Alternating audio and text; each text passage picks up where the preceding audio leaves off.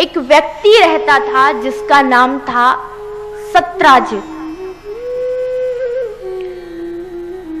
सत्राजित के पास में एक सामंतक मणि थी।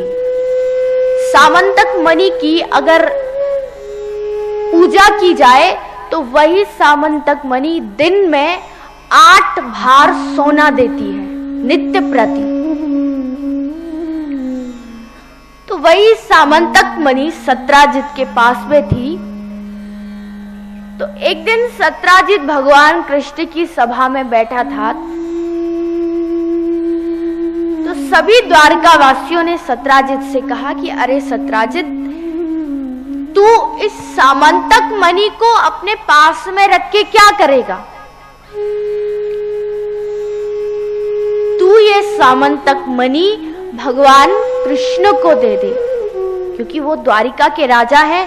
और अगर राजा के पास सामंतक मणि रहेगी, दिन में 8 भार सोना आएगा, तो उससे राजा भी खुश रहेंगे, प्रजा भी खुश रहेगी। लेकिन जब सत्राजित ने ये बात सुनी कि ये लोग मेरी मणि लेना चाहते हैं, तो वो मणि देना नहीं चाहता था, इसलिए सभा छोड़ करके उठ के वहां से चला गया। अब सत्राजित का एक छोटा भाई था जिसका नाम था प्रसेन।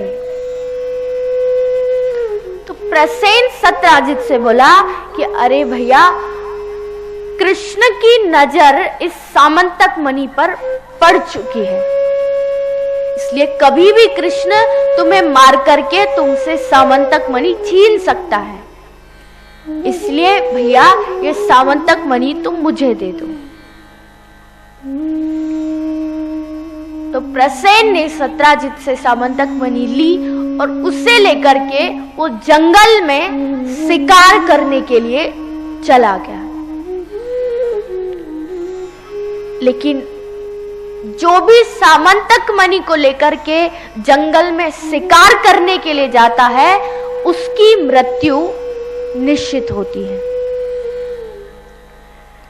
इसलिए आज जब प्रसेन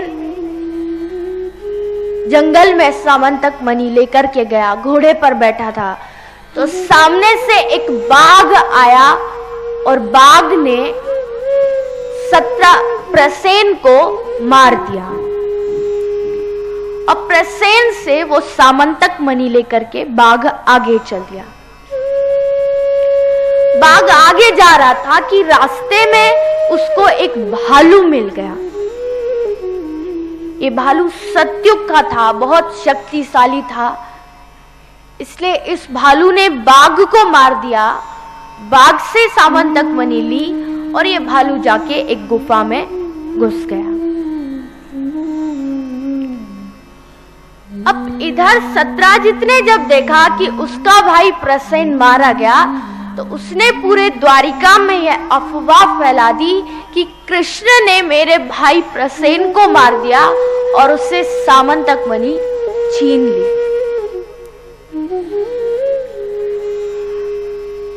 भगवान कृष्ण तो जानते थे कि मैंने ऐसा कुछ भी नहीं किया, लेकिन भगवान ने सोचा अगर मेरी प्रजा के ऊपर कोई कष्ट है तो मैं राजा होने के नाते मेरा कर्तव्य है उस दुख का निवारण करूं।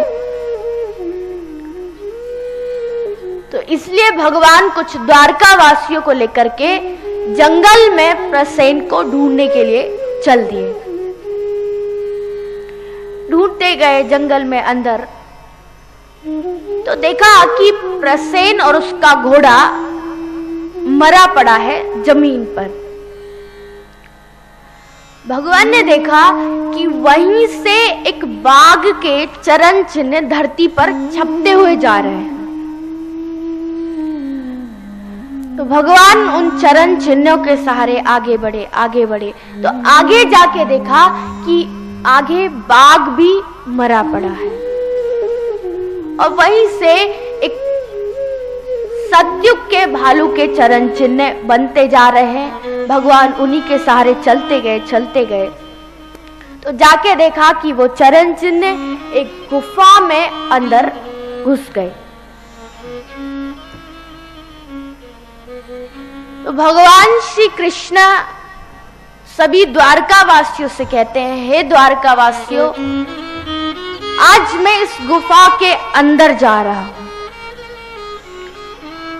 15 दिन तक तुम लोग बाहर बैठकर मेरा इंतजार करना, लेकिन 15 दिन के बाद अगर मैं बाहर नहीं आया तो तुम सब वापस द्वारिका चले जाना। यह कह के भगवान गुफा में अंदर घुस गए। लेकिन वो जो गुफा थी, इतनी बड़ी गुफा थी, इतनी लंबी गुफा थी कि समझो आपका पूरा जो आसपास का इलाका है, गुजरात, अहमदाबाद, सारा की सारा उसी गुफा के अंदर आ जाए, इतनी बड़ी गुफा थी। अब तो भगवान कृष्ण को 15 दिन तो उस गुफा में अंदर घूमने ही घूमने में निकल गए। भगवान 15 दिन के बाद बाहर नहीं आए। द्वारका वासियों ने देखा कि भगवान बाहर नहीं आए, तो उन लोगों ने सोचा कि शायद उस भालू ने भगवान को मार दिया। तो द्वारका वासियों ने सोचा कि जो इसके अंदर भालू है कितना शक्तिशाली है, अगर वो बाहर निकल के हमारी द्वारिका में आ गया तो वो तो पूरी द्वारिका को तहस नहस कर देगा। इसलिए गुफा के बाहर एक बहुत बड़ा पत्थर अड़ा दिया और वहां से चले गए। श्रोताओं, बस यही अंतर था द्वारिका वासियों में और ब्रजवासियों में। अगर आज इसी जगह पर ब्रजवासी होते, गोकुल के लोग होते, तो चाहे प्राण निकल जाए लेकिन अपने कान्हा को उस गुफा में अकेला छोड़ के वहां से कभी नहीं जाते।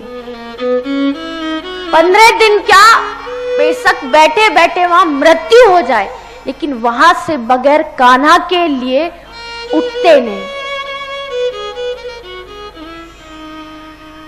इसी कारण भगवान द्वारिका में आने के बाद भी द्वारका वासियों से ज्यादा ब्रजवासियों से प्रेम करते थे, क्योंकि ब्रज का शायद एक पशु पक्षी, एक गाय भी भगवान से उतना प्रेम करती थी कि शायद कोई द्वारिका का मनुष्य भी भगवान से उतना प्रेम ना करता।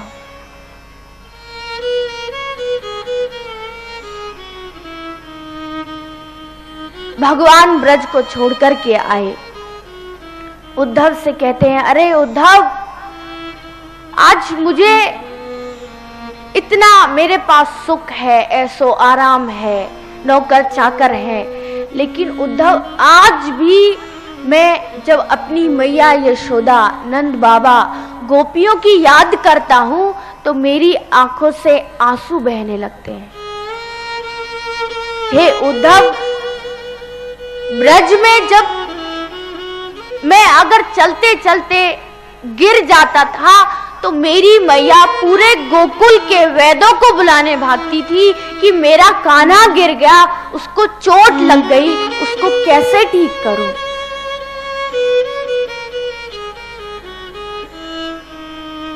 हे उद्धव, जब मैं बंसी बजाता था मेरे चारों तरफ गाय खड़ी रहती थी, अगर मैं बंसी बजाना बंद कर देता था तो गाय मन ही मन मुझसे कहती थी, उनकी आंखों से लगता था कि वो कह रही हैं, अरे कान्हा, तूने बंसी क्यों बंद की? अरे कान्हा, बंसी बजा, हम तेरी बंसी पर नाचना चाहती हैं।